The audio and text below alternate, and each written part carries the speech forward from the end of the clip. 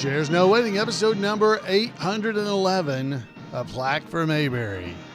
Two Chairs No Waiting is brought to you each week by the folks over at weaversdepartmentstore.com. Drop by over at Weavers, guys, and pre-order right now the 2025 Mayberry wall calendar. They didn't make a calendar this year, so Weavers went out and commissioned some artwork and is in the process of getting the calendars made. They should be available sometime this week and will begin shipping.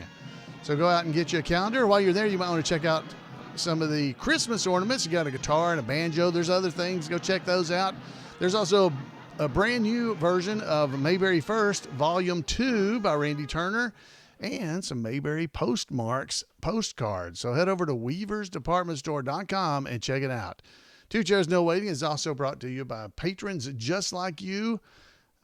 People just like you. And it's our patrons from over on Patreon. Thank you, guys. You can support the podcast, but go over to patreon.com/2chairs and donate a little bit to each episode and keep us going. Hey, everybody, I'm Alan Newsom, the host of Two Chairs No Waiting, and it is so good to be in Mayberry with you this week. Last week, I was not in town. I don't know if you realized it, because last week was a Halloween spooky episode, and I hope you enjoyed that. I pre-recorded that before I went on the Mayberry cruise, and we had a great time for the 17th Mayberry cruise. It was supposed to be the final Mayberry cruise, but it looks like they're going to be doing another one. So I want to encourage you, if you want to go on a Mayberry cruise, whenever the details come out for 2025, I'll let you know, but make sure you come with us if you want to go, because this might be your very last chance. Tonight, we're going to be talking about A Plaque for Mayberry, the episode. It's the 25th episode of the Andy Griffith Show, both filmed and aired. And we're going to talk about that. And then we're going to do some trivia after we've covered, all the odd facts known by a few that are related to A Plaque for Mayberry. At least all of them that I looked up. There's probably more. I'm sure there are more, and if you'd like to see more of them, you could probably pick up Spirit Walker's book, A Mayberry Rerun Watcher's Guide, Season 1. It'll probably have it in there. Go and check that out at Weavers, by the way. And then we'll do our trivia from Paul Mulik that's going to be about the Darlings. Okay, so you got a lot of stuff to look forward to, even if it's not my talking.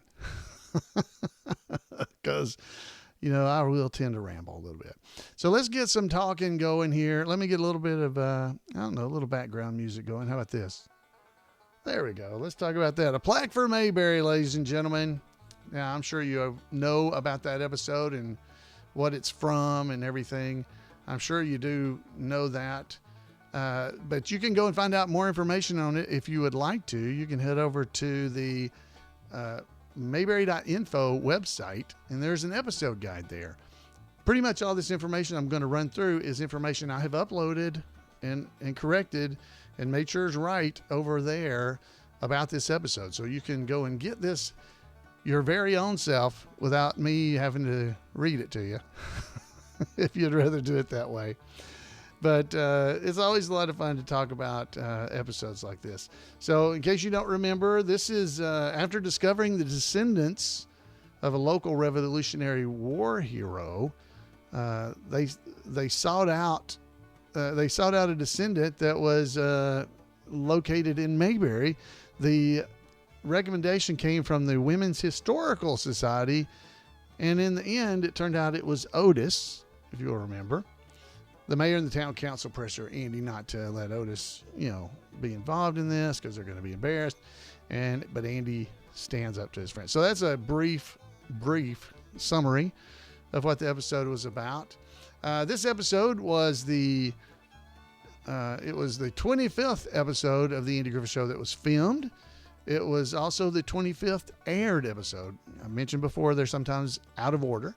It was originally aired on January, February, March, April the 3rd of 1961. My notes say 4/3/61. Yeah, I wasn't getting to 4. That was April, May, June. So it was the writers were Ben Gershman and Leo Solomon. The director was Bob Sweeney. So that's who put this show together. They're the ones that created this and made this fun happen for us. The episode starts off with Andy and Barney, pretty much, I guess it starts off that way, with them in the courthouse, sitting around and discussing the stuff. But Otis is in jail. This is the episode, if you'll remember, this is the one when Otis basically goes through the sobriety test, or at least one of them, with Otis. So Barney, he kicks the chair and slides it out. It's a great camera shot, if you'll remember. Barney walks over to where the radiator would normally be, and there's a straight back chair over there, and he kicks it toward the camera. It's just a cool shot if you're watching that. And he gets Otis to get out of jail, which, by the way, Otis lets himself out of the cell to come out and be interrogated by Barney. And so Barney goes through this entire interrogation with him, trying to get him to say, Peter Piper picked a pickled peppers, all that kind of stuff. And he can't say it, but Otis can say it just absolutely perfect. And then, of course, it's got that great scene where Barney gets him to hold his arm straight out with his fingertips, close his eyes, bring his fingertips around in front of him and put them together, tip to tip. And, of course, he ends up grabbing Barney's nose. So this episode, you don't really, at least I don't, associate this scene with the rest of the episode, even though it does completely fit in with this episode because it's all about Otis. It's so great to see Hal Smith in this episode, who plays Otis. I think most of us know that. So Barney continues to interrogate him, and they do the hopping on one foot. Up, hop, hop, hop, hop, hop. Remember? And of course, who gives out? Not Otis, Barney. And Otis has to help him back into the chair. Oh my goodness. Great scenes from the Andy Griffith Show, guys. The writers, the actors of this show were just absolutely amazing, were they not? So Andy lets Otis leave, and Barney tries to recover from his activities. And that's Andy and Barney head off to the meeting with the ladies up in the mayor's office. So he heads up there and finds out that there's a Revolutionary War hero, Nathan Tibbs, that apparently has a descendant living right here in town. That's right, guys. 2 historians are on a mission to find out who this person is that might be the descendant of Nathan Tibbs, and to give them a plaque to honor their brave ancestor. Everyone in town's buzzing with curiosity about who it could be. But these ladies, they're the ones from the Historical Society that find out about this information and tell them that they need to figure out who it is. And of course, if you'll remember, as we go through the episode, nobody does know who it is, but the council, everybody wants them to figure out who it might be. And then they continue to do research there in town to try to figure it out. So as we mentioned in the opening, of course, Barney, he's going to be sure it could be him, right? It could be Barney. It could be him. So he starts doing his own research as the ladies continue to research their activities. And as he continues his research, he comes walking into the jail cell, or courthouse, I should say, and pulls out this huge roll of parchment or something. I don't know what it is. He has He has drawn a family tree of this Nathan Tibbs on this. I don't know what it is. He's drawn it on this huge piece of paper, basically showing that he may be the one that is related to Nathan Tibbs. Nathan Tibbs Fife. Yeah. So at the same time, he's trying to convince everybody that the Women's Historical Society continue their research and come to the conclusion that it is Otis Campbell those ladies come back over to the courthouse to tell everybody who it is. Barney is still convinced it's going to be him. And they tell that it's going to be Otis Campbell. Barney's like, what? Otis?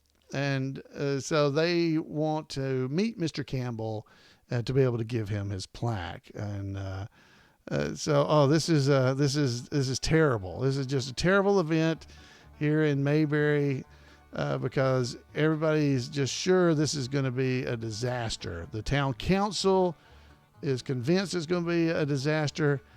And they send Andy over to Otis's house to tell him, no, it's not going to be you. But Andy can't do that. So Andy tells them, and he tells Otis, and Otis is going to show up to the mayor's office. The mayor's upset. Barney's upset. Everybody's upset because they just know that Otis is going to show up and basically embarrass them all. But Otis shows up looking all proper with his wife, Rita, and he is so proud to have received this honor and so happy that his wife is proud of him. That's the big thing. But he feels like that the plaque belongs to the entire community and not just to him. So that's the basics of this story. So that's it. I don't think I left out any big information. So let's go to the odd facts known by few. All right. So I think I'll change the music a little for that. So odd facts known by few. Here we go. All right. So Andy says to Barney during part of this episode, he says, I thought your middle name was Oliver.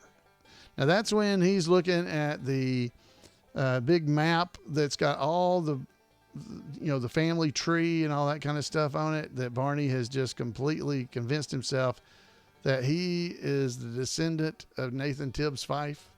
Well, that's when that comes up, is that he's related, that his name is Oliver, is what Andy said. I thought your middle name was Oliver.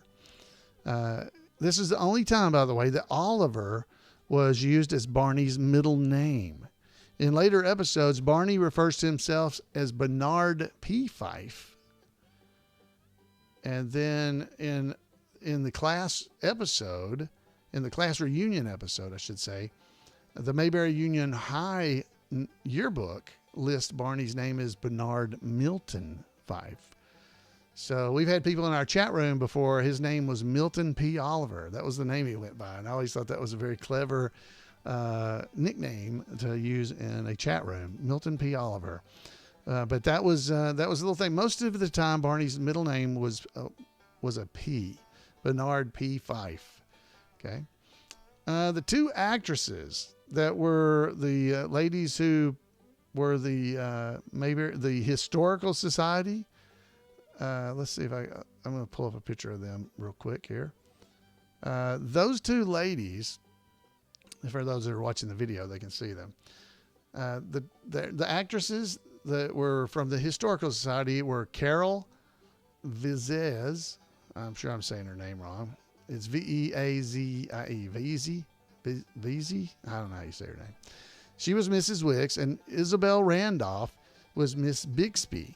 Well, both of those actresses later on had played the mother of Dick Van Dyke's character on the Dick Van Dyke Show, Miss Petrie, back in 1961. That's when they had both played that role. That show was on at the same time, basically. The actress Carol, who played Mrs. Wicks, she was born in Canada, and Isabel Randolph portrayed Abigail Uppington in the NBC radio series Fibber McGee and Molly. Now, if you've never listened to that, that's a great series on the radio, great radio, old-time radio show. She played that during the 30s and the 40s. And she would later reappear on an episode of the Andy Griffith Show as Mrs. Jeffries in the episode Rafe Hollister Sings. So she was a lady that was involved in Rafe singing as well. So, Mr. Hollister, will you favor us with another one? So she was the lady in the darker dress, and pearls. I think they both had on pearls in this episode, I do believe. So there's a little tidbit. She was later back on the episode. That was and the other lady, Carol Veazey. I don't know how you say her name. I'm sorry. She also was in the color episode in the bakery without enough change in the episode Howard and Millie. So both of these ladies appeared later on the Andy Griffith Show, and they were both Rob Petrie's mother. So there you go. Nathan Tibbs, as I had mentioned earlier, Barney's relative that he thought was his relative.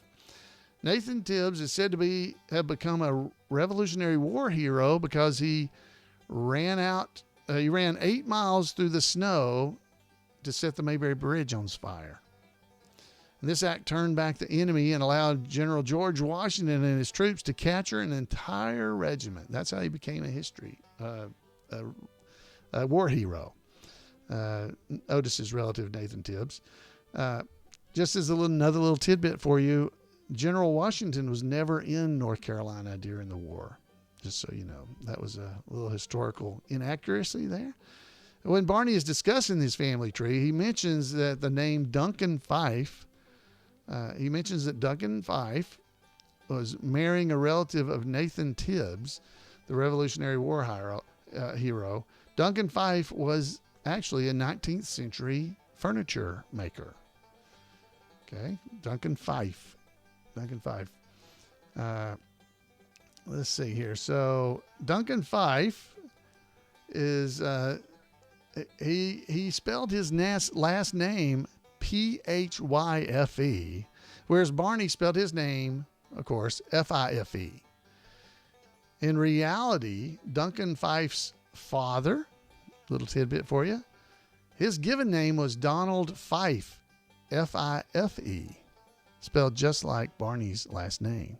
So Duncan Fife, I guess, got a little high for his britches and changed the spelling of his last name to Pyfe because his father's name was Donald Fife, spelled like Barney's last name. And he just happened to have Don Knott's first name. So that's kind of interesting. So that's a tidbit I found. Now, whether that's true or not, don't believe everything you hear, but go and check. But that's what I have information saying.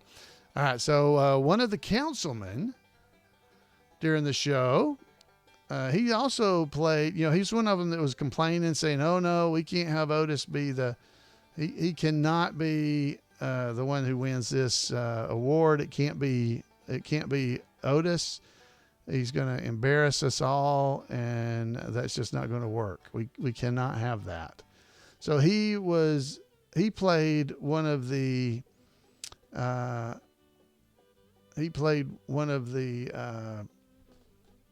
guys that were always outside, Fletch.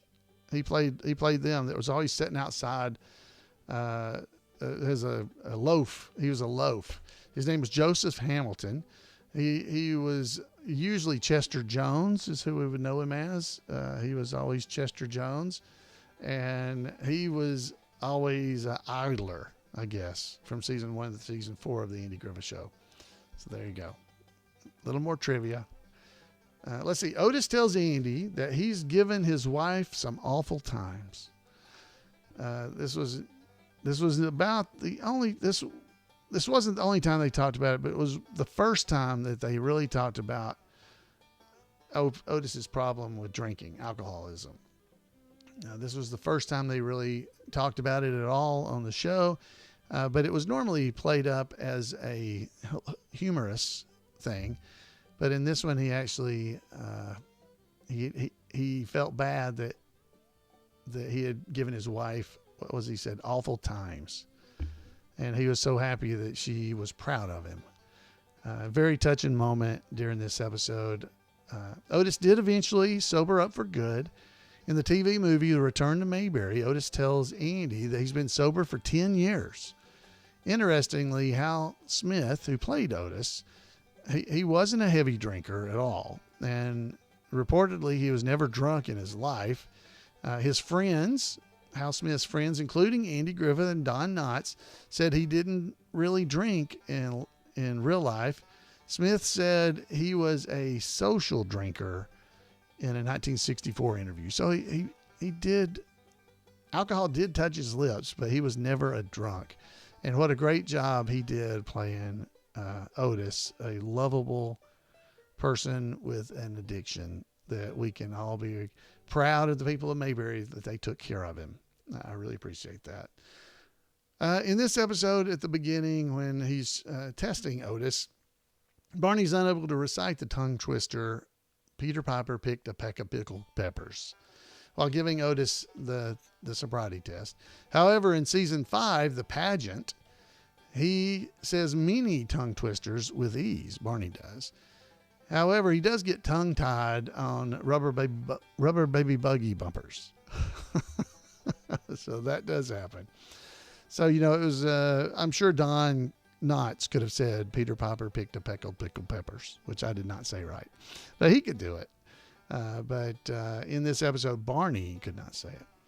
So the map of Idaho on the wall behind Andy's desk is right side up again. This was from last episode, and this episode it was right side up. So that won't stay that way. So just something to watch for. Although Mayberry is a dry town, the mayor at the end of the episode serves champagne for everybody. So he brings out a big tray full of champagne glasses, as a matter of fact, even though it's a dry town. Okay, let's see. The other interesting thing I wanted to mention about that is the glasses are all empty. So while he did bring them out, there's nothing in the glasses. So maybe it is such a dry county that he couldn't even bring it out. So folks, those are the odd facts known by few about that episode to be watching for. So as you watch it, check out and see if there's anything in those glasses. You can go and look up and find out if Duncan Fife, the furniture maker, his dad's name was Donald, and if Donald spelled it F-I-F-E.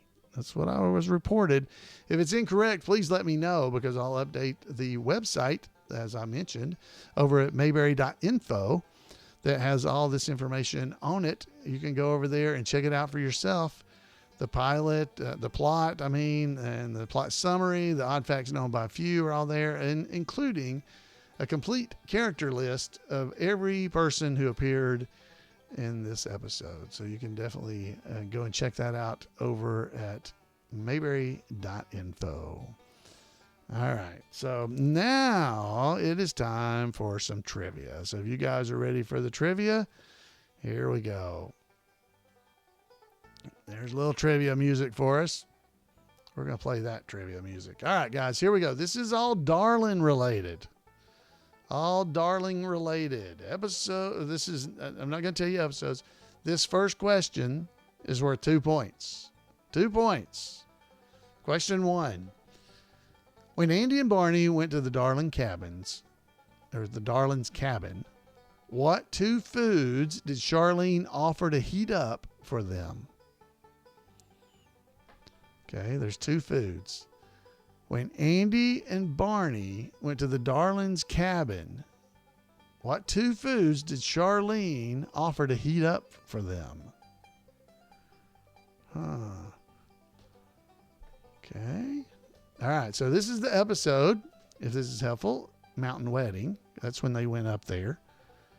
They went up there to check out, to see what was going on with the marriage stuff that was going on. All right. The answer, here we go. The answer is 2 points. What 2 foods did she offer to heat up for them?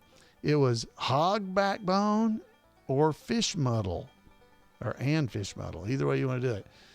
Hog backbone or fish muddle. Okay, so some got hog back. That I'll give you that. That's what the hog back. That's right. Hog backbone. or fish muddle. Okay. So it's hogback. All right. That's 2 points. Question number 2. What Mayberry eatery refused to serve Briscoe and his boys? I don't think I'd have got this one. What Mayberry eatery refused to serve Briscoe and his boys? Now, this is the episode, if it's helpful to you. Briscoe declares for Aunt B. Okay. What Mayberry eatery? This is interesting. I don't think I knew this. I did not know this. And now Paul Mulik's one. Don't disagree with me if this answer. Paul's pretty good at this trivia, so I'm going to have to give him credit. All right, here's the answer. So far, folks in our chat room are not getting the answer. The answer is Nick's Cafe. Nick's Cafe. Ooh, I'm going to have to go watch that episode. I didn't ever hear that. Nick's Cafe. So I thought that was on It's a Wonderful Life. I thought that was where that was, Nick's Cafe. Now, that is funny if that is the name, Nick's Cafe, because Sheldon Leonard, who was a producer for the Andy Griffith Show, was Nick in A Wonderful Life. Oh, that is very interesting. There you go. A little more trivia for you. Boom. There you are. So that is cool. Nick's Cafe. Wow, that was a tough one. Great job on that one, Paul. And the little tie-in. That's pretty cool, too. All right. So that was only worth 1 point. So you're only down 1. But, hey, you got a chance to make it up because this next question, 3 points are available. 3 points. So question 3 for 3 points. Andy once had to break up a fight between 2 members of the Darling family. And what were they fighting about? Okay, which 2? Okay, so Andy had to break up a fight between which 2 members of the Darling family? And what were they fighting about? Oh, my goodness. Goodness. This is a tough one. I don't think I knew this one. This is tough. I'm going to go ahead and give you, oh my goodness, they're getting it right in the chat room, at least part of it. All right, so we're 3 points. Which 2 members were fighting that Andy had to break up, and what were they fighting about? So you can get up to 3 points. And this is from the episode A Baby in the House. A Baby in the House is well, they're getting at least part of it, folks in the chat room. Yeah, folks in the chat room are getting this right. Are you kidding it? I would have not got this. I have no idea. Okay, so the 2 boys' names, now they were often called different names. And in this particular episode, they were called, here's the answers, the 2 boys, which 2 members of the Darling family? It was Jed and Carl. Jed and Carl, he had to break them up. Now, a lot of folks in the chat room got this next part. They were fighting about the existence of Santa Claus. So whether Santa Claus existed or not, that's what they were fighting about. A lot of people got that one, but I didn't see anybody get Jed and Carl, or Jed or Carl for that matter. Did you? Did you get it? Wow. And I don't know which one was Jed and which one was Carl. If it was Doug and Dean or Rodney and Mitch, I have no idea. I can't correlate those 2. So there you go. There's the answer. So the answers of the Darling family that were fighting with one another was Jed and Carl, and they were fighting about the existence of Santa Claus. Woo! There's not going to be many points tonight, I don't think, guys. All right, question number 4, worth 1 point.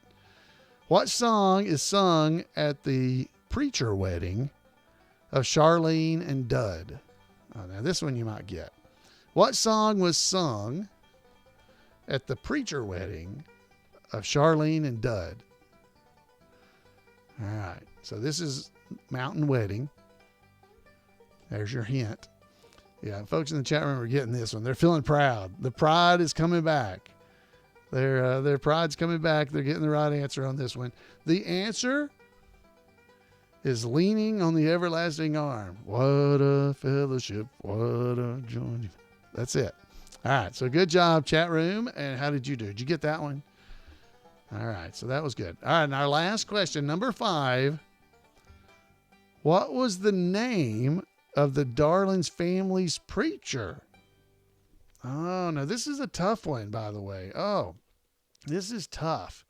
What was the name of the Darling family's preacher? Ooh. All right, so this is a tough one, I have to admit. Paul sent a picture with this. I do believe I have it. I hope I have it. He sent it to me. No, I don't. I'm going to have to go and grab it. I put it somewhere else. It's somewhere else, not where it should be, in other words. So the way he got this, if everybody getting this right, the circuit preacher. No, circuit's not his name. Circuit is not his name. Just so you know. So that's not the name. That is not right. So let me grab this picture because I want you to see it, because this is pretty awesome. Because Paul did get this. He took the time to do this. I'm going to make sure I get it for you. All right. So here we go. So he got this not from ever being said. Okay. Here's the answer. The preacher's name, because I don't see anybody getting it. Circuit is what the guess was, but that is not right. It's not Circuit. It's from the Darling baby. And the answer is Ormond Opal, O-P-E-L. Okay, so here is where you actually see it, just so you know. It's when Opie and Andy were signing so that Opie would be betrothed to Angelina's baby. Remember that? When he was signing it, you could see the circuit preacher's name on that piece of paper. So if you watch the episode of this podcast on video, you'll see I'm showing you the picture. His name was Ormond, O-R-M-O-N-D, and his last name was O-P-E-L, Opal. That was the preacher's name. Woo, man. Folks in the chat room are saying, come on, Paul. So yes, that was pretty hard. Let's see, we had 2, 5, 6, 7, 8 points available. 8 points available. Woo! Did you get a couple? Because these were pretty hard, but they're kind of fun, right? So we're going to have to go and watch some of these episodes with the Darlings now to try to make sure we get it. So let's see. Folks in the chat room are not popping up too quick telling me how they scored. But I don't think anybody got that one from the marriage contract. So thank you very much, Paul Mulik, for coming up with these questions. And wow, that was a tough one. I'm seeing folks saying they got 2 or 3 out of 8. I think 3 out of 8 is a pretty good score, truthfully, out of those questions. So congratulations to anybody that got 3. 2's good. Matter of fact, if you just got 1, I think the leaning on the everlasting arm, that's the only one that was easy. I don't know. Hogback and fish muddle, that one's not too bad. And leaning on the everlasting arm. All the rest of them, I don't know. So you guys did better than I would have done. But great job to Paul Mulik. I want to thank him, and I want everybody to thank him for taking the time to do these trivia questions for us. They've been a lot of fun, and at least make us think and come up with answers that we think we should have known and we didn't. Because, I mean, at least for me, that's definitely where I'm coming from. So I hope you enjoyed it. I hope you enjoyed last week's episode, where there's no trivia last week. But I hope you enjoyed it when we did the spooky stuff last week. I always enjoy that episode every year. I know there's some people in our chat room that are here tonight that don't show up the nights we do that because they don't like the spooky episode. But it's fun for me to come up with these spooky stories. They're not too spooky, but are reminiscent of the Who Stole My Golden Arm story that Andy told. So I hope you enjoyed those last week, and I hope you enjoyed this one this week, and I hope you at least enjoyed the trivia, even if you couldn't actually do the trivia. How about that? So folks, hey, I want to thank you for being here. I would love to hear from you. Let me know what you thought about the episodes last week, this week. any of our podcast episodes, let me know. I'd love to hear from you. You can give me a call at 888-684-8415. You can email me at floyd@imayberry.com or drop by twochairsnowaiting.com. There's ways there to also leave a voicemail and stuff. You can do it right there from your phone. It's easy to do. And I would love to hear from you. I know the folks out there, all of you guys, you'd like to hear from each other. So give me a call and let me know. Folks, we will be having some more fun throughout the coming year. So we got just a few weeks left before the end of the year. Christmas is coming. Oh, my goodness. So, folks, have a great week. And come back out to see us next week here on the podcast. Go over to Weavers and check out everything they got over at Weavers. I know you're going to enjoy the cool stuff that Mrs. Weaver's been going out and finding. So head over there and check everything out. She's working really hard to try to bring you things that we, as fans of the Andy Griffith Show, would enjoy. So head over there and check them out. And while you're there, tell Mrs. Weaver thank you, because she's doing a lot of work. Folks, until next time, I'd love to see you, and we'll see you here on Two Chairs. Good night, everybody.